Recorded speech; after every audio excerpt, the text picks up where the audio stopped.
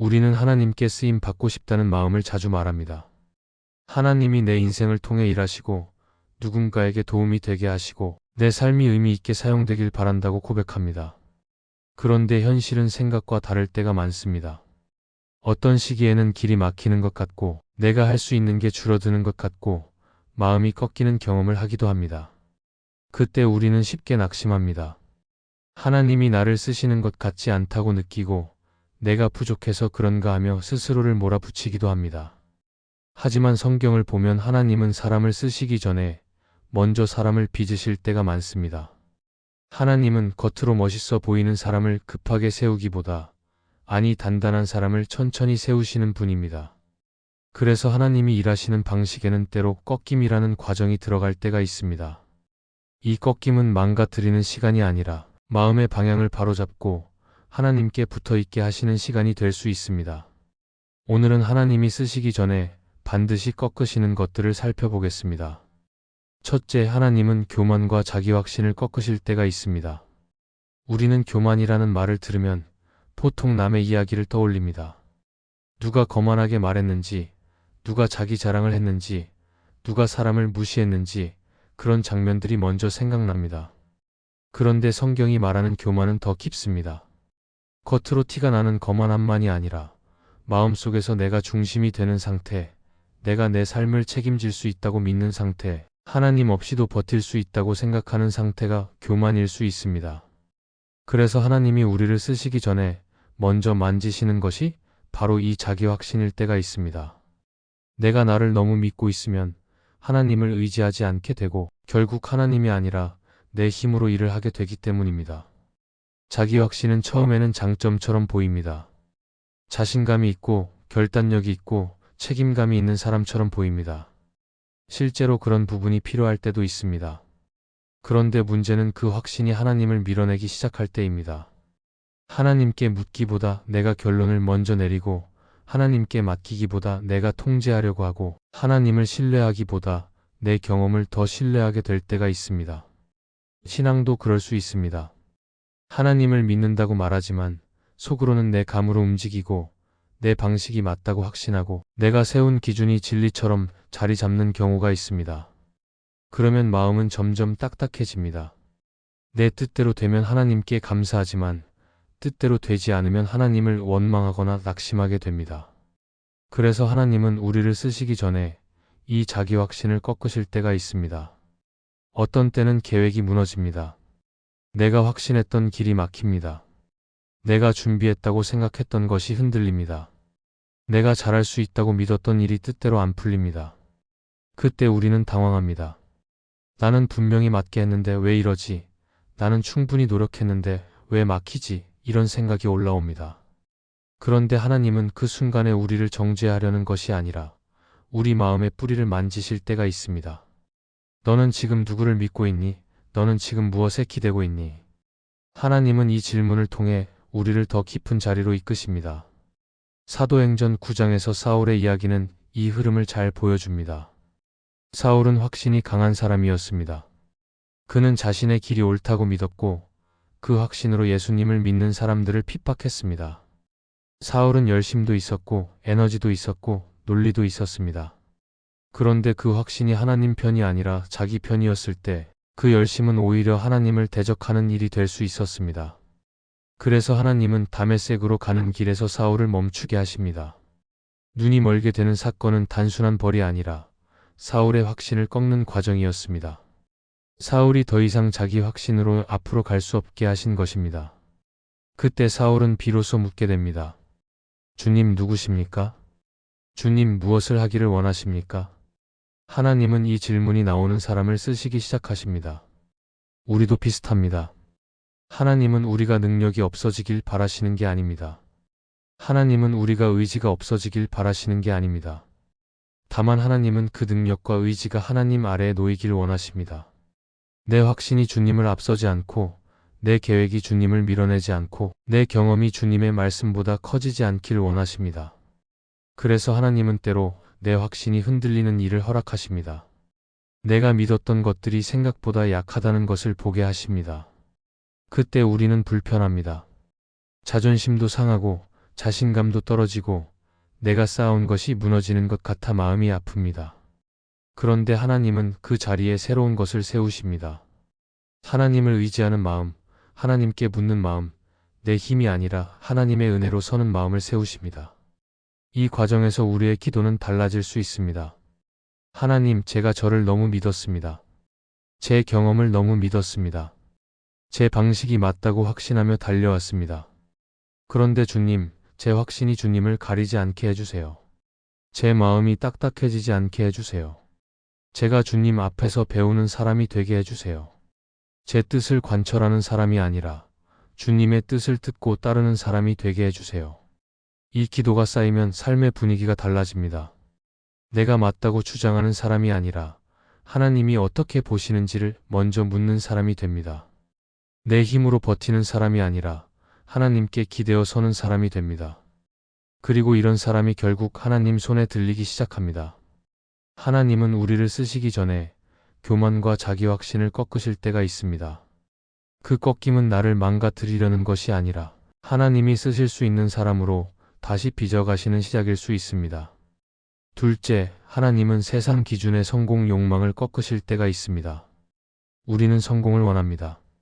좋은 결과를 얻고 싶고, 인정받고 싶고, 안정된 자리에서 살고 싶습니다. 사실 이런 마음은 아주 자연스럽습니다. 미래가 불안하니 더 단단한 것을 붙들고 싶고, 내 삶이 헛되지 않다고 느끼고 싶으니 눈에 보이는 성과를 원합니다. 그래서 성공을 바라는 마음 자체가 죄라고 말하기는 어렵습니다. 문제는 성공이 목표가 아니라 기준이 될 때입니다. 성공이 내 삶의 방향을 결정하고, 성공이 내 정체성을 결정하고, 성공이 내 평안을 결정하는 순간 우리는 하나님을 따르는 것처럼 보이면서도 사실은 세상의 기준을 더 깊이 따르고 있을 수 있습니다. 하나님이 우리를 쓰시기 전에 이 성공 욕망을 꺾으실 때가 있습니다. 세상 기준의 성공 욕망은 겉으로는 열심으로 보입니다. 더 노력하고 더 준비하고 더 성실하게 사는 것처럼 보입니다. 그런데 그 열심이 하나님을 향한 열심이 아니라 내 이름을 세우려는 열심이 될 때가 있습니다. 그러면 마음이 점점 조급해집니다. 빨리 결과를 내야 하고 남들보다 뒤처지면 안 되고 실패하면 내 가치가 떨어지는 것처럼 느껴집니다. 그래서 성공 욕망은 결국 사람을 살리는 동기가 되기보다 사람을 갉아먹는 압박이 될 때가 많습니다. 성공해야 괜찮고 성공하지 못하면 무가치하다고 느끼게 만들기 때문입니다. 하나님은 그 왜곡을 그냥 두지 않으십니다. 하나님은 우리가 성공으로 살아남는 사람이 아니라 은혜로 살아가는 사람이 되길 원하십니다. 사무엘상 16장에서 하나님은 사무엘에게 사람은 외모를 보지만 하나님은 중심을 보신다고 말씀하십니다. 이 장면은 단지 다윗이 작고 평범해서 뽑혔다는 이야기가 아닙니다. 하나님이 보시는 기준이 세상의 기준과 다르다는 선언입니다. 사람은 겉으로 드러난 크기, 능력, 스펙, 영향력을 기준으로 삼지만 하나님은 중심, 믿음, 순종, 하나님을 향한 마음을 보십니다. 그런데 우리는 신앙생활을 하면서도 모르게 세상 기준을 들고 하나님 앞에 설 때가 있습니다. 내가 이만큼 했으니, 내가 이 정도를 이루었으니, 내가 이렇게 바쁘고 열심히 사니 하나님이 기뻐하실 거야. 이런 마음이 스며들면 신앙은 어느 순간 하나님을 사랑하는 자리에서 내 성과를 증명하는 자리로 바뀝니다. 그래서 하나님은 우리를 쓰시기 전에 성공 욕망을 흔드십니다. 뜻대로 안 풀리는 시기를 허락하시기도 하고 잘 되던 흐름이 멈추게 하시기도 하고 내가 기대했던 칭찬이 오지 않게 하시기도 합니다. 그때 우리는 마음이 불편합니다. 내가 이렇게 노력했는데 왜? 내가 이렇게 준비했는데 왜? 나는 더 잘 돼야 하는데 왜? 그런데 하나님은 그 자리에서 질문하십니다. 너는 지금 무엇을 위해 살고 있니? 너의 기준은 무엇이니? 너의 평안은 어디에서 오니? 하나님은 우리의 성공 욕망을 꺾으면서 우리의 뿌리를 다시 하나님께로 옮기십니다. 성공 욕망이 꺾일 때 우리는 두 가지 반응을 할 수 있습니다. 하나는 포기입니다. 어차피 안 되니까, 의미 없으니까, 나는 아닌가 보다 하면서 내려앉습니다.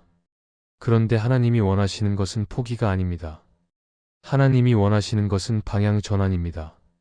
성공을 붙들고 살던 마음에서 하나님을 붙들고 사는 마음으로 돌아오는 것입니다. 성공을 목표로 삼던 마음에서 순종을 목표로 삼는 마음으로 바뀌는 것입니다. 그러면 삶이 이상하게 가벼워집니다. 결과가 중요하지 않다는 말이 아니라 결과가 나를 정의하지 않게 됩니다. 잘 돼도 교만하지 않고 안 돼도 무너지지 않습니다. 왜냐하면 내 가치가 성공에서 오지 않고 하나님에게서 오기 때문입니다. 그래서 이 부분에서 우리의 기도는 이렇게 바뀔 수 있습니다. 하나님, 제가 성공을 너무 크게 붙들었습니다. 잘 돼야 괜찮다고 믿었고 인정받아야 가치 있다고 느꼈습니다. 그래서 불안했고 조급했고 비교했고 때로는 무너졌습니다. 주님, 제 기준을 바꿔주세요. 세상의 기준이 아니라 주님의 기준으로 살게 해주세요. 결과로 저를 증명하려 하지 않게 해주세요. 제가 이루는 것보다 주님을 닮아가는 것이 더 큰 기쁨이 되게 해주세요. 하나님은 우리의 성공 욕망을 꺾으실 때 우리의 인생을 망치려는 것이 아닙니다. 오히려 하나님은 그 꺾임을 통해 우리를 더 단단하게 세우십니다. 세상 기준으로는 흔들릴 수밖에 없는 마음을 하나님 기준으로는 흔들리지 않는 마음으로 바꾸십니다. 그리고 그런 사람이 하나님 손에 들려 쓰임 받게 됩니다. 하나님은 우리를 쓰시기 전에 세상 기준의 성공 욕망을 꺾으실 때가 있습니다. 그 꺾임은 끝이 아니라 하나님이 보시는 기준으로 새롭게 시작되는 은혜의 자리일 수 있습니다. 셋째, 하나님은 사람 의존과 인정 중독을 꺾으실 때가 있습니다. 우리는 혼자 살지 않습니다. 관계 속에서 힘을 얻고 누군가의 말 한마디에 위로받고 함께 걸어주는 사람이 있을 때 다시 일어설 수 있습니다. 그래서 사람을 의지하는 마음 자체가 나쁜 것은 아닙니다. 문제는 어느 순간부터 내가 하나님보다 사람을 더 붙들기 시작할 때입니다. 하나님을 믿는다고 말하면서도 실제로는 사람의 반응이 내 마음을 살리고 사람의 인정이 내 평안을 결정하고 사람의 칭찬이 내 정체성을 만들어버릴 때가 있습니다. 그때부터 신앙은 하나님 앞에서 자유로운 관계가 아니라 사람 앞에서 불안한 관계가 되기 쉽습니다. 하나님이 우리를 쓰시기 전에 이 사람 의존과 인정 중독을 꺾으실 때가 있습니다. 인정 중독은 눈에 띄지 않게 자랍니다. 처음에는 책임감처럼 보입니다. 더 잘하고 싶고 더 성실하고 싶고 실수하지 않으려 조심합니다. 그런데 그 마음의 뿌리가 하나님 사랑이 아니라 사람 평가가 되면 그 순간부터 우리는 지치기 시작합니다. 사람의 눈은 끝이 없기 때문입니다. 어떤 사람에게는 충분해도 다른 사람에게는 부족합니다. 어떤 날은 칭찬해 주다가도 어떤 날은 아무 말도 하지 않습니다. 사람의 마음은 계속 바뀝니다. 그런데 내가 그 마음에 내 인생을 걸면 나는 늘 불안합니다. 그래서 인정 중독은 결국 나를 더 열심히 살게 만드는 것 같지만 사실은 나를 더 조급하게 만들고 더 예민하게 만들고 더 외롭게 만드는 경우가 많습니다. 하나님이 이 부분을 꺾으실 때 종종 이런 일이 일어납니다. 내가 기대했던 사람이 기대만큼 반응해 주지 않습니다. 내가 의지했던 관계가 흔들립니다. 내가 열심히 했는데도 알아주지 않는 시간이 옵니다. 또는 내가 좋아 보이기 위해 붙들었던 이미지가 깨지는 사건을 경험합니다. 그때 마음이 무너집니다. 나는 왜 이렇게 허무하지? 나는 왜 이렇게 인정이 필요하지? 나는 왜 이 사람 말 한마디에 이렇게 흔들리지? 바로 그 지점에서 하나님은 우리에게 중요한 것을 가르치십니다. 너는 지금 누구의 시선으로 살고 있니? 너는 누구의 평가로 너 자신을 정리하고 있니? 갈라디아서 1장에서 바울은 사람을 기쁘게 하랴 하나님을 기쁘게 하랴라는 질문을 던집니다. 이 말은 바울이 사람을 무시하라는 뜻으로 한 말이 아닙니다. 바울은 사람을 사랑했고 공동체를 위해 자신을 쏟아부었습니다. 다만 그는 분명히 했습니다. 나의 주인은 사람이 아니라 하나님이다. 내가 움직이는 기준은 사람의 평가가 아니라 하나님 앞에서의 진실함이다. 이 기준이 세워지지 않으면 우리는 신앙도 결국 사람 눈치로 하게 됩니다. 설교도 섬김도 봉사도 관계도 결국은 하나님이 아니라 사람을 중심에 두게 됩니다. 하나님은 그 중심을 바꾸기 위해 사람 의존을 꺾으실 때가 있습니다.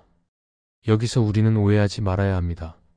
하나님이 사람을 끊어내라고 말씀하시는 것은 아닙니다. 하나님은 공동체를 통해 우리를 세우시고 관계를 통해 우리를 훈련하십니다. 다만 하나님은 사람을 하나님 자리에 놓는 것을 원하지 않으십니다. 내가 하나님께 받아야 할 확신을 사람에게서 받으려고 하면 사람은 그 무게를 감당하지 못하고 나는 그 무게 때문에 더 무너집니다. 인정받으면 잠깐 살 것 같지만 곧 또 더 큰 인정이 필요해집니다. 그래서 하나님은 우리를 살리기 위해 사람에게 기대어 있던 마음을 떼어내실 때가 있습니다. 그 과정이 아프지만 그 과정이 지나가면 마음이 가벼워집니다. 이런 꺾임 속에서 신앙은 더 진짜가 됩니다. 사람의 칭찬이 없을 때도 예배할 수 있게 됩니다. 사람들이 알아주지 않아도 순종할 수 있게 됩니다. 누가 내 수고를 몰라줘도 서운함에 끌려가지 않게 됩니다. 왜냐하면 내 정체성이 사람 말에 의해 올라갔다 내려갔다 하는 것이 아니라 하나님이 나를 아신다는 사실 위에 서기 시작하기 때문입니다. 하나님이 나를 아신다. 하나님이 나를 보신다. 하나님이 나를 사랑하신다. 이 확신은 사람의 인정과 비교할 수 없는 깊은 평안을 줍니다. 그래서 이 부분에서 우리의 기도는 이렇게 나올 수 있습니다. 하나님, 저는 사람에게 기대는 마음이 큽니다. 인정받지 못하면 불안하고 칭찬이 없으면 허무하고 누군가가 나를 어떻게 보는지에 마음이 너무 흔들립니다. 주님, 이 마음을 꺾어주세요. 사람을 사랑하되 사람을 주인으로 삼지 않게 해주세요. 사람의 시선이 아니라 주님의 시선으로 살게 해주세요. 사람들이 몰라도 주님이 아신다는 사실로 충분하게 해주세요. 하나님이 우리를 쓰시기 전에 사람 의존과 인정 중독을 꺾으실 때가 있습니다. 그 꺾임은 관계를 망치기 위한 것이 아니라 관계를 더 건강하게 만들기 위한 것입니다. 사람에게서 생명을 얻으려 하던 마음이 하나님께로 돌아오면 우리는 더 이상 사람을 붙잡고 흔들리는 사람이 아니라 하나님 안에서 사람을 사랑할 수 있는 사람이 됩니다. 그리고 그런 사람이 하나님 손에 들려 오래 쓰임 받을 수 있습니다. 넷째, 하나님은 통제하려는 집착을 꺾어 순종을 세우실 때가 있습니다. 우리는 통제하고 싶어 합니다. 내 인생이 어떻게 흘러갈지 대충이라도 알고 싶고 내 노력만큼 결과가 따라오길 바라고 내가 정한 계획대로 진행되길 원합니다. 이 마음은 이해가 됩니다. 불확실하면 불안해지기 때문입니다. 그런데 문제는 통제가 필요해서가 아니라 통제가 내 평안의 근거가 되어버릴 때입니다. 계획이 조금만 틀어져도 마음이 무너지고 예상치 못한 일이 생기면 분노가 올라오고 내 손에서 벗어나는 순간 불안이 폭발합니다. 그때 우리는 하나님을 믿는다면서도 실제로는 내 통제력으로 버티고 있었던 것일 수 있습니다. 하나님이 우리를 쓰시기 전에 이 집착을 꺾으실 때가 있습니다. 통제는 겉으로는 책임감처럼 보입니다. 철저하게 준비하고 꼼꼼하게 점검하고 끝까지 잡고 가는 모습은 대단해 보입니다. 그런데 통제의 뿌리가 두려움이면 그 책임감은 결국 사람을 지치게 만듭니다. 나만 힘든 것이 아니라 주변 사람들도 같이 힘들어집니다. 통제하려는 마음이 강해지면 관계 속에서도 상대를 내 방식대로 움직이게 하고 싶어지고 사역에서도 내 계획대로만 흘러가길 원하게 되고 심지어 하나님 앞에서도 내 원하는 방식으로 응답이 와야 마음이 편해집니다. 그래서 통제는 결국 믿음의 반대편에 서게 됩니다. 믿음은 하나님께 맡기는 것인데 통제는 하나님께 맡기지 못하고 내가 붙드는 것이기 때문입니다. 출애굽기 16장에서 이스라엘 백성이 만나를 경험하는 장면은 이 부분을 아주 분명하게 보여줍니다. 하나님은 매일 필요한 만큼만 거두라고 하십니다. 내일을 위해 쌓아두지 말라고 하십니다. 그런데 백성은 불안해서 쌓아둡니다. 내일도 받을 수 있을지 확신이 없으니까 오늘 더 모아두고 싶었던 것입니다. 그런데 그 만나가 썩어버립니다. 하나님이 이상하게 벌을 주셨다는 뜻이 아니라 하나님은 그들의 통제 욕망을 드러내고 꺾으신 것입니다. 매일 하나님을 신뢰하는 훈련, 매일 하나님께 의지하는 훈련을 시키신 것입니다. 통제를 내려놓는 것은 무책임해지는 것이 아니라 하나님을 신뢰하며 하루를 사는 법을 배우는 것입니다. 하나님이 통제 집착을 꺾으실 때 종종 내 계획이 어긋나는 경험이 옵니다. 내가 붙들던 일정이 바뀌고 내가 예상하던 결과가 나오지 않고 내가 만든 그림이 무너지는 순간이 옵니다. 그때 우리는 흔들립니다. 하나님이 나를 돕는다면 왜 이렇게 되지? 왜 내 뜻대로 흘러가지 않지? 그런데 하나님은 그 자리에서 우리를 정죄하기보다 더 깊은 순종으로 초대하실 때가 있습니다. 너는 지금까지 내가 통제해야만 안전하다고 믿었지. 그런데 정말 안전은 내 통제에서 오는 게 아니라 내 손에서 온단다. 이걸 배우게 하십니다. 이때 순종은 더 분명해집니다. 순종은 내가 납득이 다 됐을 때 움직이는 것이 아니라 다 이해가 안 돼도 하나님을 신뢰하며 한 걸음을 옮기는 것입니다. 순종은 하나님께 결과를 맡기고 내가 해야 할 몸만 충실히 하는 것입니다. 그러니 통제가 꺾이는 시간은 결국 순종이 세워지는 시간이 될 수 있습니다. 내 뜻이 아니라 주님의 뜻을 먼저 구하게 되고 내 시간표가 아니라 주님의 때를 배우게 되고 무엇보다 내 손을 내려놓는 법을 배우게 됩니다. 팀 켈러는 그의 책 기도에서 기도는 하나님께 내 계획을 승인받는 시간이 아니라 내가 하나님께 순복하는 시간이 되어야 한다고 말합니다. 우리는 기도로 하나님을 내 뜻대로 움직이게 하려고 할 때가 많습니다. 그런데 하나님은 기도를 통해 내 마음의 주도권을 바꾸십니다. 내가 주인이 아니라 하나님이 주인이시라는 사실을 다시 고백하게 하십니다. 그래서 통제가 꺾일 때 기도가 깊어집니다. 기도가 단순한 요청이 아니라 맡김이 되고 내려놓음이 되고 순종이 됩니다. 그래서 우리의 기도는 이렇게 될 수 있습니다. 하나님, 저는 통제하려는 마음이 큽니다. 제 계획대로 되어야 안심하고 제 방식대로 되어야 평안합니다. 그런데 주님, 제 손을 내려놓게 해주세요. 무책임해지라는 뜻이 아니라 제가 할 수 없는 영역을 주님께 맡기게 해주세요. 제 마음이 불안으로 통제를 붙잡지 않게 해주세요. 오늘 제가 순종할 수 있는 한 가지를 분명히 보여주시고 결과는 주님께 맡길 수 있게 해주세요. 하나님은 우리를 쓰시기 전에 통제하려는 집착을 꺾어 순종을 세우실 때가 있습니다. 그 꺾임은 내 인생을 망치려는 것이 아니라 내 인생을 진짜 주인의 손에 올려드리게 하려는 것입니다. 내 힘으로 붙들던 삶이 아니라 하나님 손에 들린 삶으로 바뀌게 하려는 것입니다. 그리고 그 자리에서 우리는 알게 됩니다. 통제를 내려놓을 때 비로소 마음이 무너지지 않고 오히려 더 단단해질 수 있다는 것을 말입니다. 이 말씀이 마음의 은혜가 되셨다면 좋아요와 구독으로 함께 해주세요. 그리고 댓글에 아멘이라고 남겨주시면 하나님의 은혜가 더 많은 사람들에게 전해질 것입니다. 여러분의 삶 위에 하나님의 은혜가 언제나 함께 하시기를 바랍니다.